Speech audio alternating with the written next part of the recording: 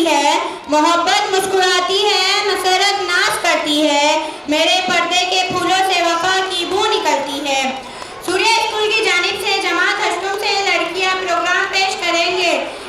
ऐलान खुदा बंदी कुरान का नारा है, पर्दे में रहे बेटी ये फर्ज हमारा है।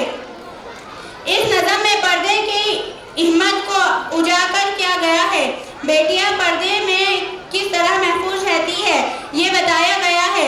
इस प्रोग्राम में 16 लड़कियों ने हिस्सा लिया है। इस प्रोग्राम को हमारे काबिले मौलमा बरकाती ने तैयार किया है।